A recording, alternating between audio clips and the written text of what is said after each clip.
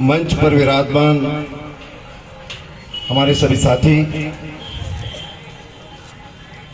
इस सभा को सुनने आए, या मेरा आवाज जहां तक जाता होगा उस सभी मतदाता भाइयों बहनें और मेरे युवा साथियों मित्रों, आने वाले 17 तारीख को आपके इस राज्य में विधानसभा का चुनाव संपन्न होने जा रहा है और उसमें मैं मेरी बात रखने के लिए हमारे उम्मीदवार भूत सिंह भगत इनके प्रचार में आया हूं। मैं मेरी बात रखने के पहले स्मरण करता हूं हिंदवी स्वराज्य के संस्थापक छत्रपति शिवाजी महाराज, राजेशाही पद्धति में भी जिन्होंने 50% आरक्षण दिया था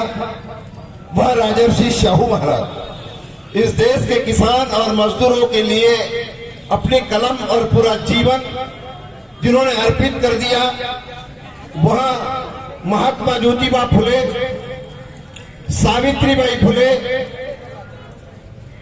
हमारे आदिवासियों के आराध्य बिरसा मुंडा जी।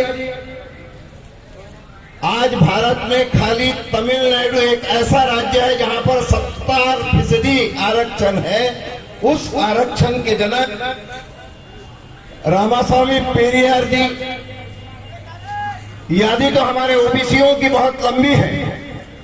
और मेरा परिचय तो पूर्व सांसद और विधायक इस नाम से किया गया है, वो तो मैं हूं, लेकिन पिछले 10 साल से भारत के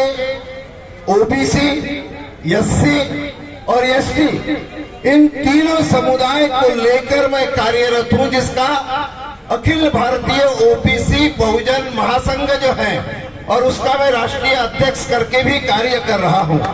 यहाँ पर अभी मैं जब आया तब एक सभा चल रही थी, हमारे मित्र आरक्षण के संदर्भ में भी कुछ बातें रख रहे थे। मैं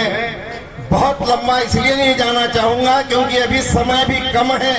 और नहीं तो विस्तार से सारा विषय आरक्षण का बताया होता, लेकिन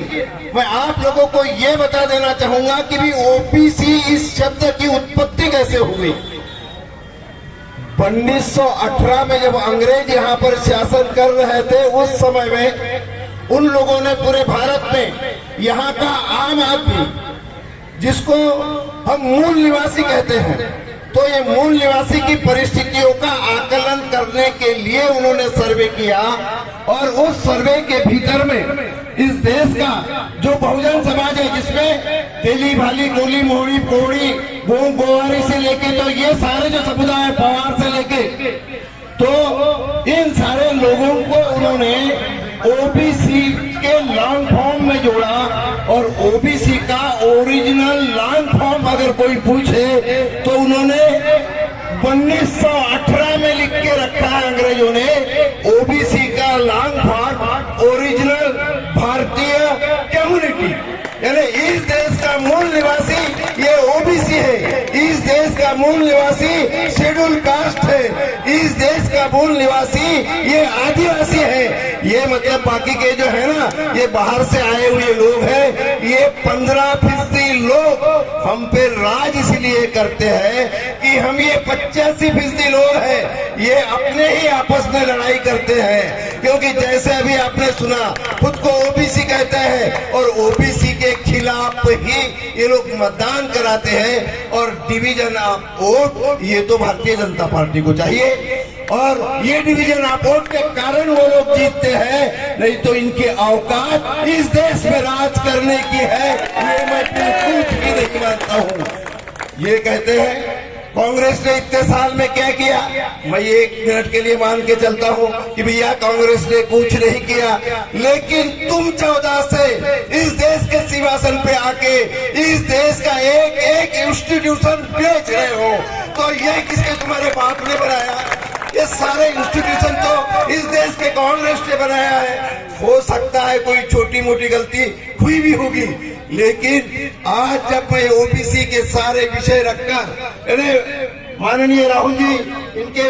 भारत जोड़ो यात्रा के भीतर मैं महाराष्ट्र के एक जगह गया था, मिला, मैं पूरा निवेदन उनके पास में दिया, उसका आकलन उन्होंने किया। और आज ये बात बताने के लिए मुझे कहीं भी कमजोरी नहीं लगती कि भी इस देश में ओबीसी नहीं, तो जब तक इस देश में जात निहाय जनगणना नहीं होती और तब तक के इस देश का जो बहुजन समाज है इसका कभी भी भला कोई नहीं कर सकता। और वो बात माननीय राहुल जी ने स्वीकार की और अपने घोषणा पत्र में भी ये बात कही है कि अगर कांग्रेस की सरकार बनती है तो हम निश्चित रूप से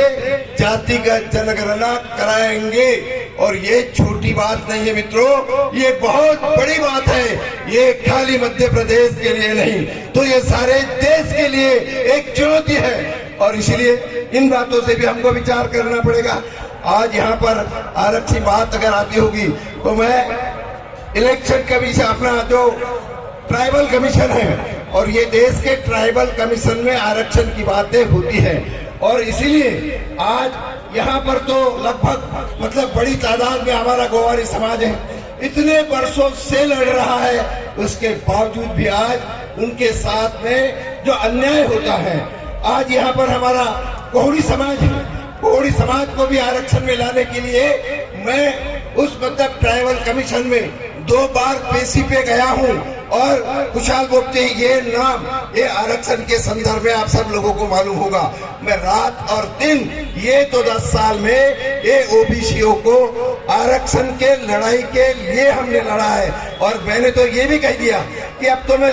मतलब सांसद रहा, विधायक रहा, सब हो गया, मैं मेरा पूरा जीवन ये हमारे